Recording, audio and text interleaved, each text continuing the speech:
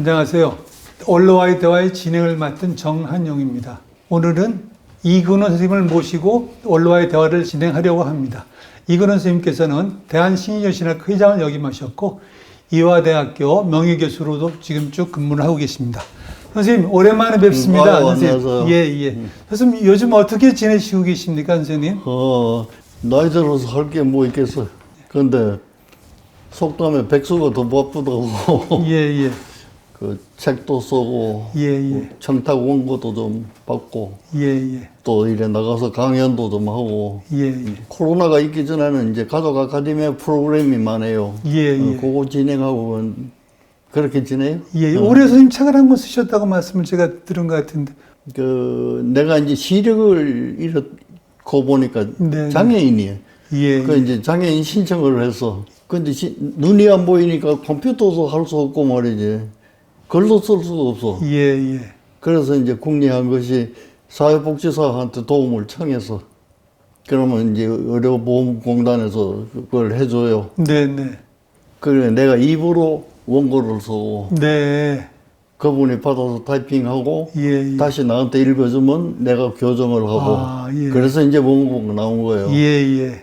그렇게 쓰다가 보니까 이제 동병상련이라고 말이지. 내가 눈이 안 보이니까 이 맹인들은 이거 어떻게 나하고 좀 소통할 수 없을까? 예. 책을 이번에 점자책으로 낸 거예요. 예. 목표를 점자책을 내기 위해서 예. 이제 썼는데 네. 그걸 이제 책자로 먼저 나오고 네. 또 이북에도 되고 예. 그래서 그 세 가지를 나온 나로서는 이렇게 관계가 되는 거니까 뜻깊게 내가 했어요. 네.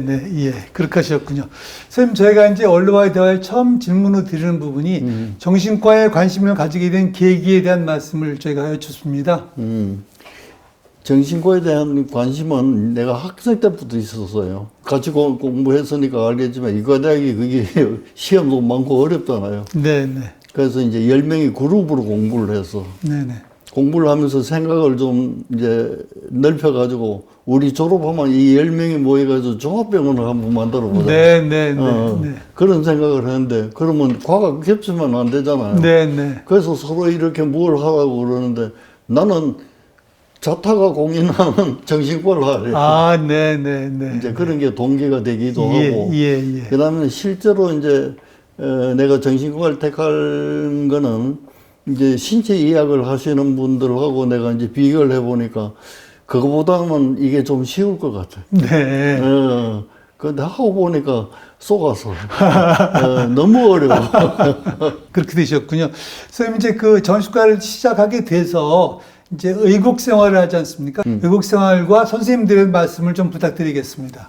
그 얘기를 하자면 내가 할 게 별로 없는데. 네. 왜 그러냐면, 내가 이제 4.19 때, 뭐, 데모를 좀 심하게 하다가, 5.16이 나자 이제 또 검색을 받아가지고, 콩밥을 한 10개월 먹어서, 그러고 나니까 킴스프렌이 취소가 됐잖아요. 예. 취소가 되니까 어디 갈 데가 없는 거예요. 그래가지고 내가 이제 국립정신병원에, 그때 국립정신병원을 갓 만들어졌어요. 유엔에서 만들어준 건데. 예. 시설도 좋고 참 좋아서. 근데 거기 가서 진석희 선생님한테 내가 사정이 이런데 어디 가서든지 교육은 받을 테니까 예. 전문의 시험 치도록 해달라. 그랬더니 그거는 공무원인데 날 채용할 수가 없잖아. 전과자니까. 예. 그래서 이제 뭐 머리를 짜서 그때는 사람들이 얼마나 없을 때니까 네. 당직 이사를 하래. 예. 뭐든지 괜찮다고. 그래서 2년 동안 예. 월급 없고 직책 없고 근무를 했어요. 예. 그러니까 거기서 공부를 하려고 하니까 말이지. 전부 산부인과 의사, 소아과 의사 이런 분들만 그거 계시는 거예요. 네. 정신과 의사가 없어요. 예. 돌아다니면서 동년해서 공부한 거. 혼자 책 읽고. 그 다음에 이제 뭐 두루 찾아다니면서. 그리고 아니면 국립정신병원에 초청을 해서. 듣고 하니까. 어떻게 보면 동양 공부를 해서. 존경하는 선생님을 말씀하라고 하니까 내 생각에는 그때 있었던 교수님이든지 개업을 하셨던 모든 분을 나는 존경해요. 그 이유는 내가 그 전문의 번호가 지금은 145번인데 처음에는 45번이야. 근데 이제 갱신할 때 내가 늦게 신청해서 145번. 그 내가 45번이라면 그 앞에 몇번 하겠어요. 이제 그런 분들이 정신과를 만들기 위해서 초기에 노력했던 그게 엄청난 거예요. 그러셨겠습니다. 지금하고 비교하면 지금이 더 발달되지만은 그래서 그런 기초를 닦아주신 선생님들 때문에 나는 어느 한 분이 아니라 그때 있었던 모든 선생님을 존경해. 뜻깊은 말씀인 것 같습니다. 선생님, 다음 질문은요. 정신의학이 다양한 분야가 있는데 그 중에서 선생님께서 주로 관심 갖는 주 관심 분야는 어떤 분야였는지요? 그렇게 정신과를 관심을 갖자면 사람의 마음을 연구하는 거 아니겠어요? 그 마음이 있는 것도 아니고 없는 것도 아니고 없다고 하는 것은 실체가 없으니까 없다고 내가 얘기한 거고 있다고 한 거는 기능적으로 있으니까 또 있는 거고 그래서 이제 거기에 대해서 관심이 내가 많았어요. 도대체 있는 건가 없는 건가 이제 그래 하다가 조금 욕심을 내가지고 그렇다면 지금 살아있는 우리들이 아니라 종족적으로 이렇게 좀 올라가서 옛날 그 우리 조상들의 심리는 어땠을까? 거기에 대한 관심이 내가 많았어요. 결국은 마음에 대한 관심이 선생님께서 갖고 있는 주 관심 분야이셨던 걸로 이해를 하겠습니다, 선생님. 다음 질문이죠. 대한신인여신학회에서 활동에 대해 말씀을 드려주려고 그러는데요. 기록에 보면 대한신인여신학회 회장을 90년에 하셨고, 이어서 91년부터 3년간 한국임산예술학회 회장을 하셨고, 94년부터는 또 3년간 대한법정신학회 회장을 하셨습니다. 그 정신과 학회에서 여러 다양한 활동을 하셨는데, 그 활동에 대한 부분의 말씀을 좀 부탁드리겠습니다. 제가 그 학회장 한 거는 1990년이에요.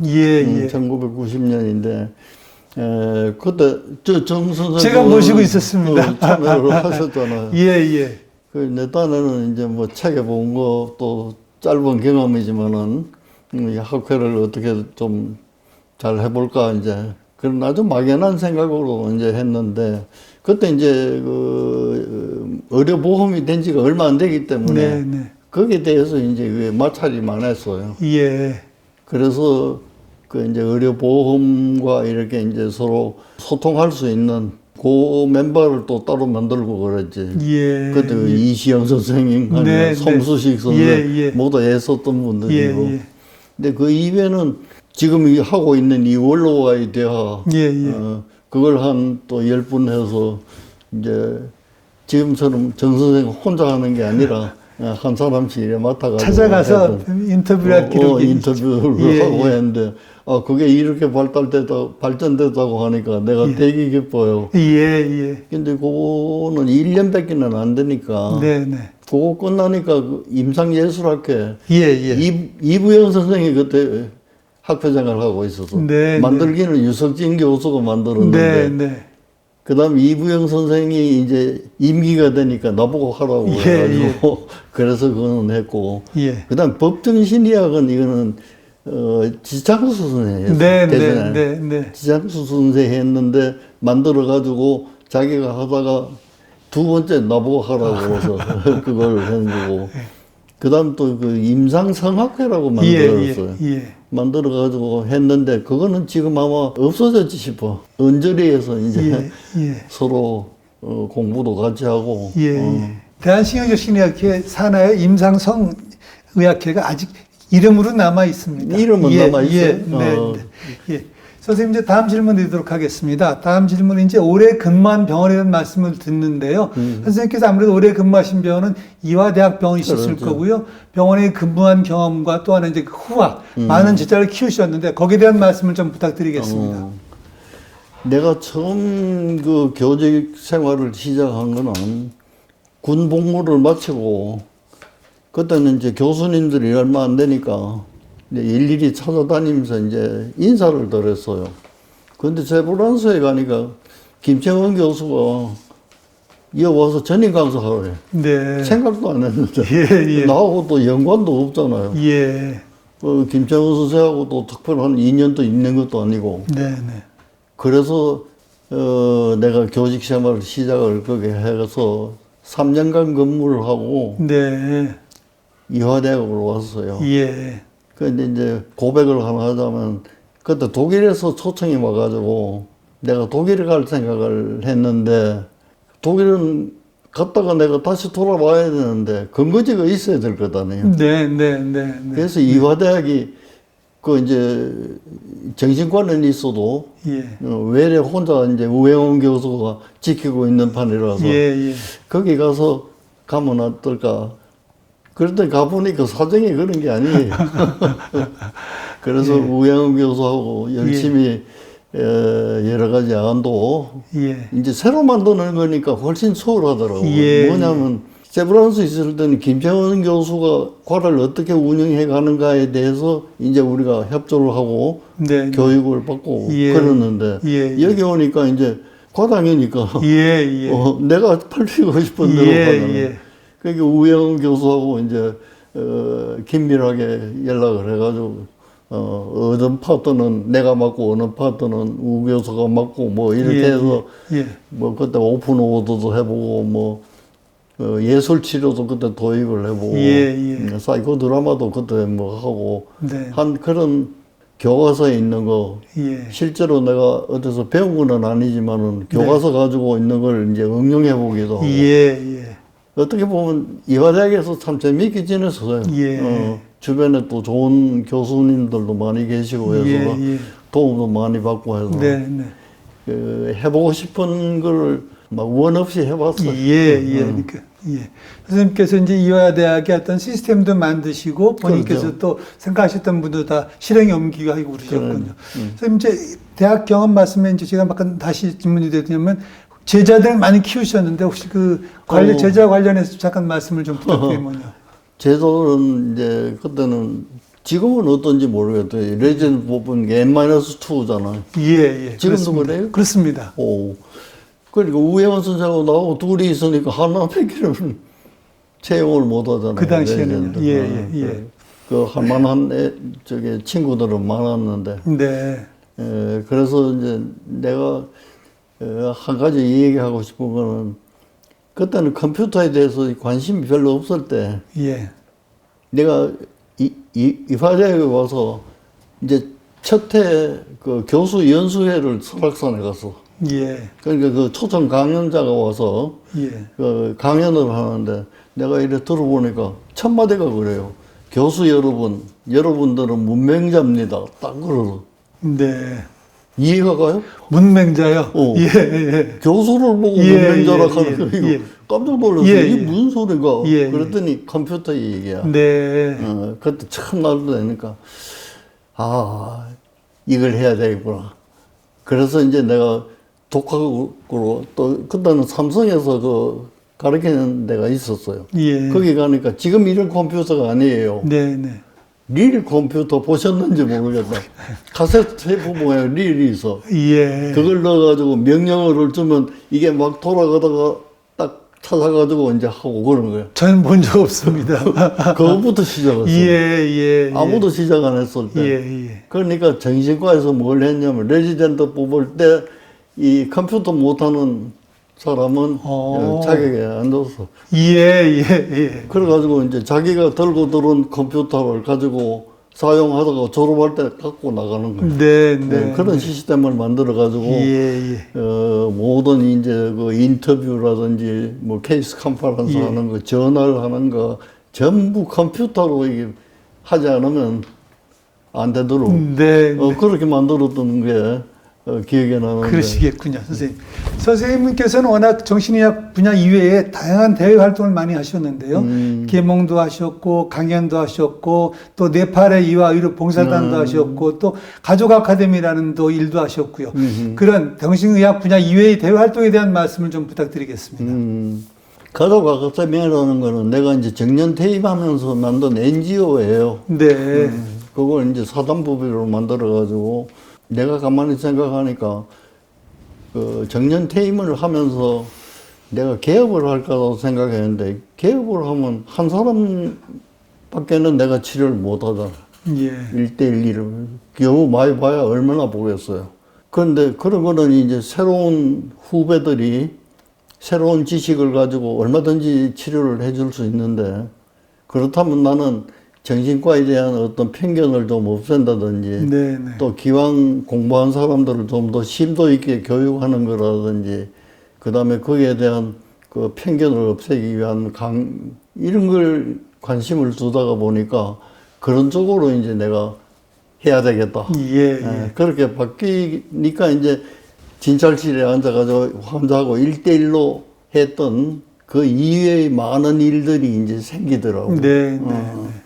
그 자연스럽게 생긴 게 그거예요. 그래서 그게 지금까지 이어가고 있는 겁니다. 예. 선생님께서는 또 선생님 말씀하시면 저희가 이제 기억나는 게 이제 등산 많이 하셨고, 예, 미술에 대한 관심 많으셨고, 그렇죠. 거기에 대한 책도 많이 쓰셨고요. 등산은 내가 대학교 다닐 때부터 이제 했던 건데, 네네. 그거에 인연이 돼가지고 82년도에 네네. 그 히말라야에 그 마갈루라고 있어요. 네. 그 마갈루가 8,000m가 넘는 데인데, 네. 거기 이제 내가 학술요원으로 참여를 했어요. 예. 그 뭐냐 하면은 등반은 하는데 우리나라는 그냥 산만 올라가고 내려오거든. 네. 근데 외국은 그렇지 않아요. 연구하러 오는 거야. 예. 그 일본만 해도 동경대학 같은 데서는 생리학 교실이 그 에베레스트 베이스 캠프 조금 밑에 가면 있어요. 예. 그런데 우리는 학술 그걸로 간 거는 마칼루 그거 하나밖에, 내가 간 것밖에 없어. 네. 그 갑자기 뭘 하려고 하니까 뭐 기기가 있어야지. 그래서 이제 셀파 연구를 내가 해가지고, 도구는 심리 검사밖에 더 있어요. 네. 그러니까 뭐 MMPI니 뭐 여러 가지 그림 좌절 검사니 이런 걸 이제 했지만은 네팔만으로는 표준화가 된 게 아니니까 내 생각에는 논문으로서는 가치 있다고는 할 수 없는데 그래도 이제 처음으로 시도한 그거다. 그래서 갔다 와서 셀파에 대한 논문을 내가 세계 문교부에 제출한 게 있어요. 선생님, 그러면 네팔 의료 봉사단도 그 등산과 인연이 그것 때문에 이제 인연이 돼가지고 퇴직할 때까지 내가 하고 퇴직하고 나서는 가족 아카데미아에서 이제 가고 그래. 가족 아카데미가 그 의료 봉사단을 계속 이어서 이런 작업을 하는 거예요. 그러니까 그렇게 대규모로는 할 수 없으니까 에피lep시 환자만 봐. 그거는 이제 약 가지고 컨트롤을 하면 되고 좀 어려운 거는 이제 내가 갔을 때 이제 세미나 하듯이 서로 토론이나 좀 하고 하면. 선생님께서 등산 위에 또 미술에 대한 관심이 많으셨고 경주 또 남산 책도 전거를 기억하는 그 말씀 잠깐 부탁드리겠습니다. 고등학교 졸업하면서 어디를 갈까 생각을 했는데 미술대학을 가려고 해서. 그럼 이제 뭐 우연한 기회에 내보고 그림 잘 그린다고 자꾸 그래서 그 이제 착각을 갖고 그 딱 가려고 생각을 하니까 이 미술대학이 안 되겠어. 왜 그러냐면 미술대학은 창의성이 풍부해야 돼. 그냥 보고 뭐 그림 비슷하게 그린다고 이게 될 게 아니라고. 그러면 규격에 맞는 것만 모범생처럼 하면 될 게 뭔가 생각하기 이과대학. 이과대학은 뭐냐면 교과서대로 해야지. 교과서를 벗어나서 하면 사람이 살겠어요? 그래서 내가 이과대학을 선택하다 보니까 이과대학은 이제 이게 적성에 맞지를 않아요. 그 문과 쪽인가 봐, 내가. 그래서 이제 그 미술 이런 거는 기왕 이제 사이드니까 국립정신병원에 가니까 오큐페이셔널 세라피 하는 룸이 있더라고. 그건 왜 미국 체제로 만들어 놓은 거니까. 이게 뭔가 싶어들도 뭐 그 안에 이제 아트 테라피도 있고 그래서 이제 그림 가지고 한 거예요. 알겠습니다, 선생님. 이제 다시 정신과 의사로 돌아가서요. 정신과 의사로서 선생님께서 기억하시는 가장 보람 있었던 일이라면 어떤 걸 선생님께서 말씀할 수 있으실까요? 이거는 이번에 나온 그 책, 우리 속담에 뭐 장님이 코끼리 만진다는 있잖아요. 그거는 각자 만진 거는 맞잖아요. 다리를 만지면 기도이다, 귀를 만지면 부채다 뭐 이런 얘기는 맞는데 그게 코끼리가 아니잖아요. 이제 그걸 생각해가지고 인생이라는 것도 자기가 사는 게 인생이라고 생각하지만 그거는 자기가 사는 인생이지. 인생을 대표할 수가 없단 말이에요. 그렇다면 많은 사람들의 그 인생 경험을 모아가지고 글을 쓴다면 그게 그래도 인생 비슷하게는 되지 않을까. 이 생각 하나 하고 아까 얘기했던 대로 이제 내가 시각장애니까. 그런데 이걸 내려고 하니까 이 시각장애 점자책은 경비가 굉장히 많이 들어서 아무 데도 내주려고 하지를 않아요. 그래서 내가 이제 서울 그 문화재단하고 그 장애인 문화재단에 신청을 해서 내겠다고. 세 번 냈는데 세 번 다 떨어졌어. 그래서 내가 유튜브 하는 게 있는데 제자하고 대화하는 유튜브인데 거기서 내가 그걸 얘기해서 이게 참 내고 싶은데 세 번이나 떨어졌다. 그 내가 뭘 나보다 더 능력이 있는 사람이 다가서니까 뭐 그런 데 대한 불만은 없는데 요담에 나오면 내가 더 꼼꼼히 챙겨가지고 기어이 내가 한번 내야 되겠다. 이랬더니 전화가 와서 자기 출판사에서 낼 테니까 원고를 주겠는가. 그래서 누군지 오라고 그랬어. 그걸 왔더니 참 오래간만에 만난 친구예요. 그거는 자기가 이제 글로 표현을 했기 때문에 내가 얘기해도 될 건데 환자. 20살 때 이화대학 다닐 때 졸업할 때까지 나한테 치료받고 졸업받고도 독일로 유학 갔는데 그 가는 사이에 내가 치료를 했던 친구야. 그래서 상당 기간 한 거지. 그러셨겠네요. 그런데 그 친구가 내가 하는 유튜브 얘기를 들었나 봐. 자기가 내주겠다고.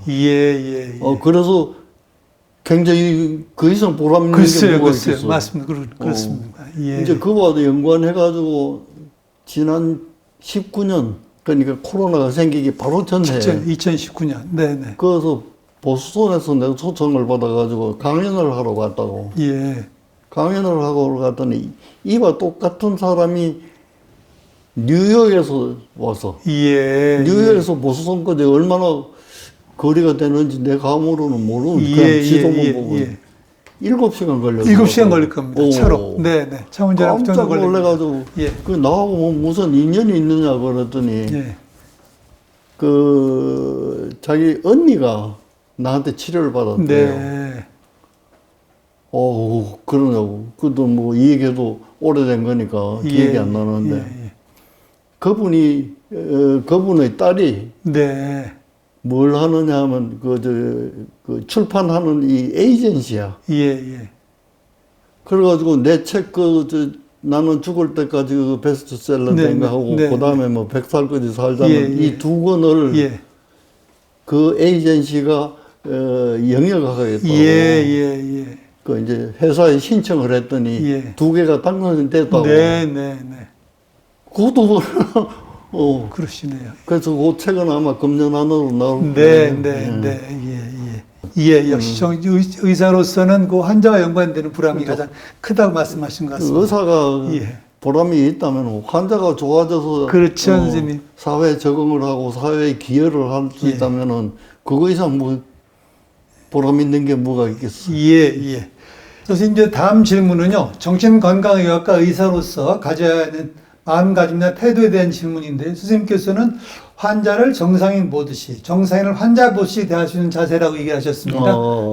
그 말의 뜻은 무슨 얘기냐 하면은 환자라고 그러면은 일반 사람들이 어떤 편견을 갖느냐 하면 인격이 전부 황폐화되어가지고 몹쓸 사람이다 이렇게 생각하는 거예요. 사회에 기여할 수 있는 구석이 없다고 생각을 해요.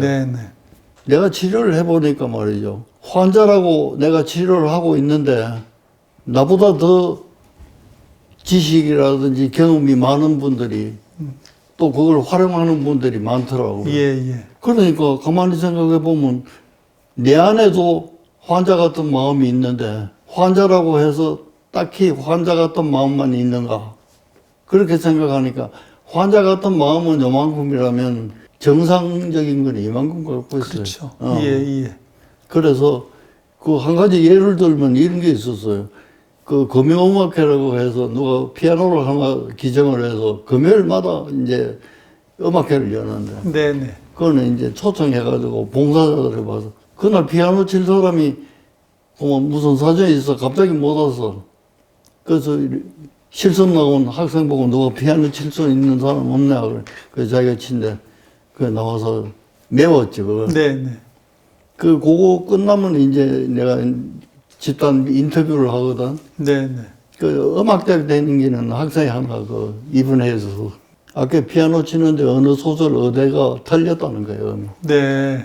깜짝 놀랐어 내가. 그래서 그 학생 보고 너 틀렸니 그러니까 예. 그것도 틀렸다. 예. 이걸 보면은 정상인보다 더 능력이 있는 그렇죠. 사람이 있는 거예요. 그럼, 예. 그러니까 아픈 거는 망상이면 망상 예. 한 개지 네, 다른 네. 게 다 망가지는 게 아니잖아요. 예. 그래서 정상인을 대할 때는 환자 대하듯이 헤아리면 소통이 잘 될 거다 이 생각이고 예. 환자는 너는 환자니까 이거보다는 당신이 가진 긍정적인 점은 이런 게 더 많다. 이거는 뭐 정상인 취급이잖아. 네. 환자를 정상인 보듯이 정상인 환자 보듯이. 알겠습니다.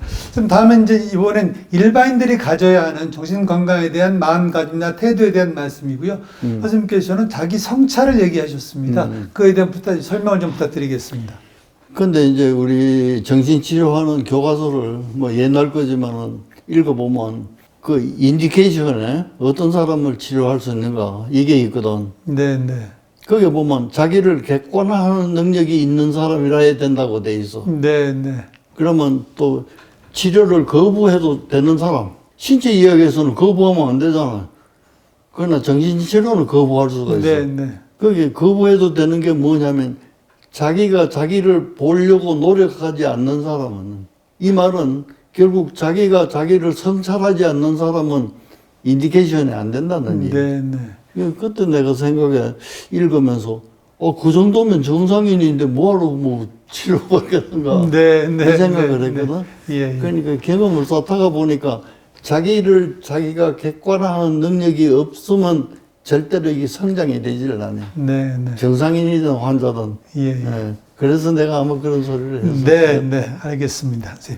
이제 이번에 저희가 임상의사로서 치료하는 부분이 정신질환이고요. 정신이라는 고통받고 있는 환자, 그 가족들한테 오래 치료하셨으니까 뭐 드리고 싶은 말씀 있으시면 부탁드리겠습니다. 예, 정신과에서 치료받으시는 분은 정신과 의사가 고치는 게 아닙니다. 제 생각은 정신과 의사는 교통순교에는 비슷해. 길을 물으면 이 길이 또 저 길이다 이렇게 안내하면 또 두 번째는 그 사람이 스스로 통찰할 수 있도록 도와야 되는 거예요.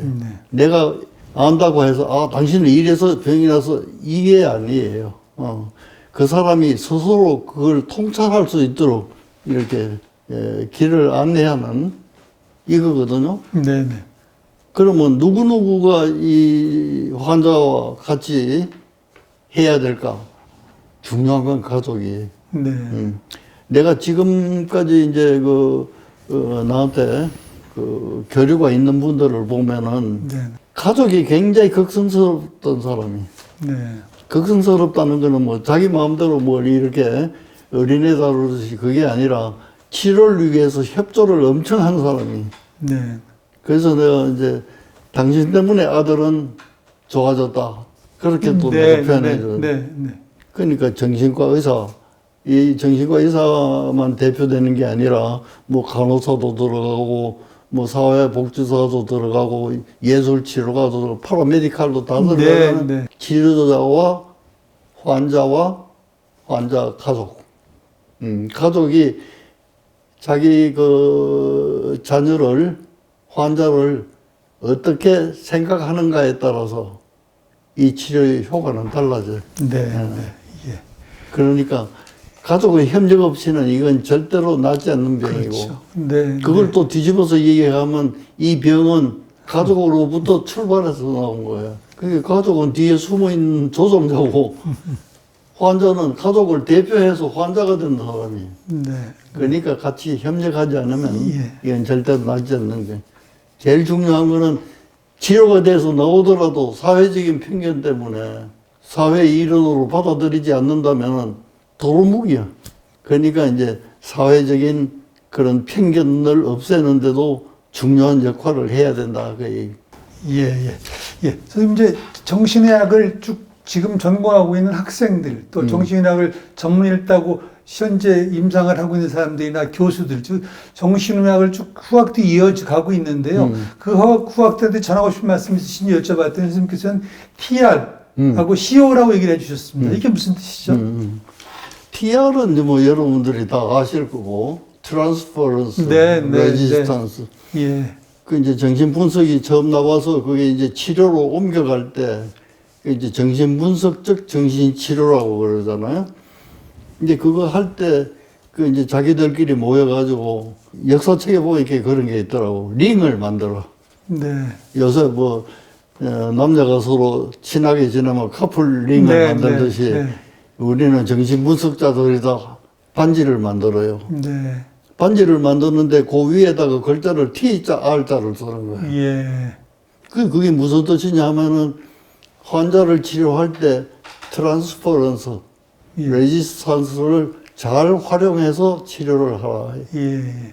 그거를 리마인드 시키는 거예요. 네.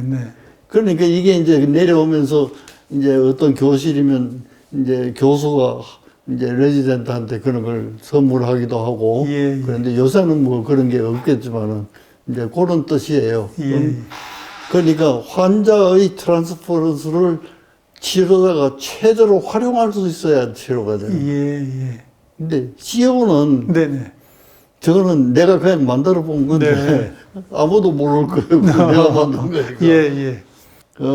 CO 발음해 보세요. CO. 아니, 그거는 한자. 코. 그럼 코.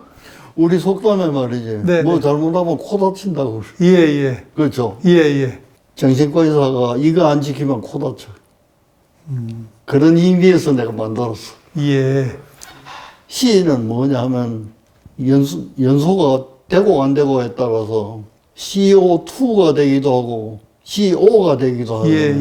그러니까 잘못 연소되면 일산화탄소요. 옛날 내가 레지던트 할 때는 첫 번째 응급실에 오는 게 연탄가스. 그랬었죠. 엄청 많았었습니다. 그래서 이제 거기서 내가 C자를 하나 따가지고 연탄가스 맡으면 죽잖아. 그러니까 C를 안 지키면 죽는다 그 얘기야. 내 얘기는. 이게 뭐냐면 카운터 트랜스퍼런스. 그 카운터 트랜스퍼는 우리 다 알잖아. 환자한테만 있는 게 아니라 치료자에도 있거든. 그 내가 환자가 사랑스럽다고 사랑하고 밉다고 뭐 두들기고 이래가지고 될 게 아니잖아. 그건 내 문제죠. 이 내 문제를 해결하지 않고는 정신치료자가 될 수가 없는 거예요. 그래서 카운터 트랜스퍼런스의 C를 닦고 그 다음에 O는 뭐냐면, 선생님도 이제 교직 생활을 해보셔서 아시겠지만, 환자들이 와서, 선생님 참 용합니다. 딴 데 갔더니 막 치료가 안 되는데 선생님한테 오니까 막 금방 나았습니다. 그런 소리 들어보셨을 거예요. 그건 왜 그러냐면, 치료자가 정 선생한테 가서 말이지, 치료될 때까지 계속 치료를 받았어. 근데 그걸 못 참고 나한테 왔어. 안 난 상태에서 나온 거 아니야? 그럼 나는 한마디만 해주면 이미 치료는 정서제 다 해놓은 건데 내가 보고 용하다 하잖아. 선생님 같은 사람 없다고. 크게 넘어가면 안 돼. 내가 치료를 하는 것도 내 이전에 치료를 했던 사람이 이만큼 쌓아두었기 때문에 치료가 간단한 거예요. 그거 하나 하고 그 다음에 하나는 치료를 해보니까 말이지, 사람들이 좀 보통 사람보다는 다른 어떤 걸 기대를 해요. 말하자면 좀 무속적인 거. 딴 사람 안 가졌는데 이 사람한테는 그게 보면 뭐 권위적인 거라든지 말이지, 뭐 많잖아요. 그 교과서에 나오는 게. 이제 그런 걸로 이제 나한테는 실제로 없는데 덮어 씌우는 거예요. 거기서 이제 내 경험을 하나 얘기하면, 우리 레지던트가 임신을 했는데 시무룩해. 왜 그러냐고 그러지. 딸이래. 그럼 너 의사인데 뭐 딸이고 아들이고 자기는 시집에서 꼭 아들 그래서 말이지 스트레스 받아서 이거 안 된다. 그래서 내가 농담해서 야 내가 줄에 선 사람 치고 쳐대 놓는데 아들 안 놓는 애가 없다. 그건 거짓말이지. 본 것도 아니니까. 농담을 했어요. 그랬더니 정말요? 이 진정을 듣는 거예요. 그래서 내가 또 농담해서 아들 만들어줘? 그러니까 그럴 수 있어요? 이게 배운 사람이 그거 하는 거야. 앉아봐 여기. 그리고 앉혀놓고 머리에 손을 대고 중얼중얼해서 알아듣도 못한 소리로 아들 낳았어. 그러면 신통력이 있는 거 아니야 내가. 내가 새로 찾아보니까 레지던트기 그때는 성별을 알려주면 안 된다고 할 테니까 네네. 교수한테는 말을 못하고 저희끼리 해가지고 잘못 봤군요. 일기를 잘못한 거예요. 이제 그런 것도 내가 이제 전지전능감에 빠져버리면 정말로 내가 그런가 하는 착각을 갖는 거예요. 그런 그 경험이 많으면. 그래서 옴니포텐스, 전지전능감. 네네. 그러니까 이 두 가지는 치료자가 일생을 살아가면서 우리가 수행하듯이 닦아나가야지. 알았다 한다고 이게 금방 없어지는 게 아니잖아요. 이제 그걸 내가 얘기한 거예요. 그래서 이제 TR 대신에 이제 CO 해서 마음에 딱 새기고 그거는 정신과를 끝낼 때까지 마음에 두면 참 감사하겠어. 네네. 한 반지에 TR과 CO를 같이 새겨서 같이 하시면. 그렇죠. 이 다 같이. 알겠습니다, 선생님. 이제 거의 질문은 이제 거의 끝나가고 있습니다. 지금 현 시점이란 이 시기가 저희가 이제 전 세계가 전부 다 코로나 때문에 엄청 고생을 많이 했는데요. 현 시점에서 우리 대한민국 국민들의 정신 건강에 대한 의견을 좀 부탁드리겠습니다. 지금 현 시점 가면 우리가 재앙으로 생각하고 있는 이 코로나 이게 유행하는 거잖아요. 네네. 나는 여기에 대해서 여러분들이 좀 관심을 크게 가졌으면 좋겠다고 생각해요. 국민들은 정부에서 의료인들이 권하는 그것을 정말로 빼놓지 말고 잘 들어야 될 것 같아요. 이것을 정치적으로 이용해서 있는 게 없다, 없는 게 있다, 이런 거 하지 말고, 이 기준은 딱 의학적인 기준이라 해야 돼, 의학적인. 근데 한 가지 제가 말씀드리고 싶은 것은, 정신의학사를 이렇게 읽어보면, 그 전염병 때문에 생긴 그 후유증이 굉장히 커요. 네. 그게 기록에 남아있는 게 그게 15세기인가 6세기 때 패스트. 네네. 그거는 유럽 인구의 거의 반이 없어졌다 했으니까. 그 당시 인구가 한 1억도 안 되는데 그 후유증이 엄청나죠. 그 다음에 이제 기록에 나와 있는 후유증 가운데 하나는 이제 전쟁. 재앙이잖아요. 그래서 우리가 교과서 읽어보면 전쟁 신경증 하는 게 따로 나와 있잖아요. 그 이전에는 그런 용어가 없었어요. 히스테리지. 응? 그 전투 상황에 있으니까 앞으로 가도 죽고 뒤로 가도 죽으니까 말이지. 이 히스테리하게 하반신 마비가 온 거예요. 그걸 그때 연구를 해가 바이러스다 뭐다 연구를 해도 연구가 안 나온 거예요. 그래서 발견한 게 이게 히스테리구나. 그래서 남자한테도 히스테리가 올 수 있다. 이래 된 거거든요. 2차 대전이 끝날 때 전투를 해가지고 총상을 입은 환자 수보다 이 원유로시스가 숫자가 더 많았어요. 나는 이걸 여러분들한테 말씀드리면서 이 코로나가 끝나면은 내 생각에는 코로나가 발생했던 숫자보다는 더 많게 불안이라든지 우울증이라든지 건강염려증이라든지 이런 게 폭발적으로 일어나지 않을까 하는 그거는 이제 역사적으로 나와 있는 걸 응용하면 그런 생각이 든다. 좀 관심 있게 생각을 했으면 좋겠다. 그런 데에 대한 관심이 굉장히 중요하게 이제 대두될 시기가 될 것 같습니다. 선생님, 이제 마지막 질문입니다. 본인 건강 관리는 어떻게 하시는지 하고요. 특히 또 정신 건강에 대한 관리는 어떻게 하시는지에 대한 말씀을 듣도록 하겠습니다. 신체적인 건강은 내가 가진 병이 많아요. 종합병원에.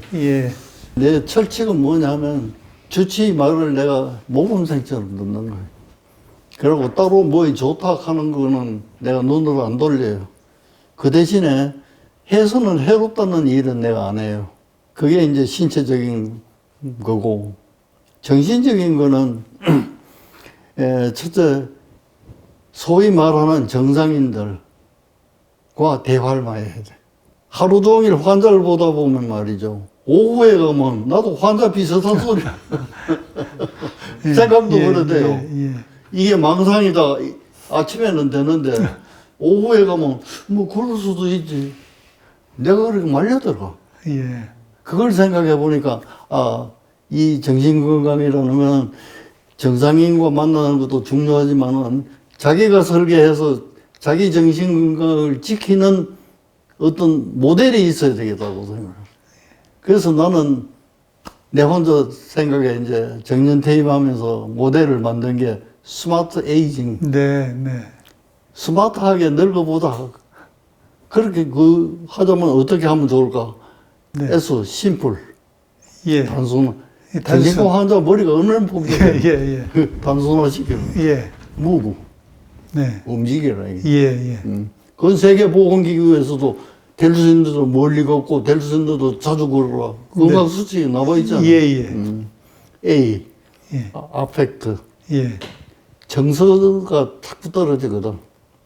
이걸 최대한 막아보자는. 아펙트. 그 다음에 레스트. 쉬어본 경험이 없어요. 내 연령에서는. 일제시대부터 시작해서 뭐 해방 후 산업화 과정, 이것이 휴식이라고는 모르고 지났던 거예요.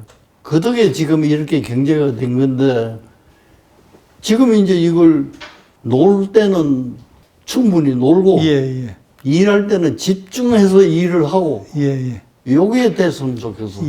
그래서 이제 레스트를 내가 찾은 거고. 제일 끝에는 T잖아요. 이건 투게더. 투게더. 혼자 살 수 있는 게 아니잖아요. 그러니까 이제 함께 살도 뭘 하자. 나누자. 나누자. 지금 우리도 나누고 있는 거예요. 내 경험을 나누고 선생님 경험을 또 나한테 주고 왔다 갔다 하잖아, 지금. 또 이 얘기를 듣는 많은 분들은 또 우리로 인해서 나누고 받잖아요. 받기만 하나요? 받은 걸 남한테 또 하면 주는 거잖아요. 그러니까 주고받고 그래서 그거를 하는데 할 수 있는 것도 있고 할 수 없는 것도 있고 하려고 내가 노력을 많이 합니다. 선생님. 스마트 에이징, 아주 어떻게 보면 선생님께서 정말 일생을 살아오신 부분 중에서 그 SMART를 꾸준히 추구하시고 지켜가고 모범을 보이시면서 살아오신 것 같습니다. 선생님, 장시간 대단히 말씀 감사합니다. 고맙습니다, 선생님. 감사합니다. 감사합니다.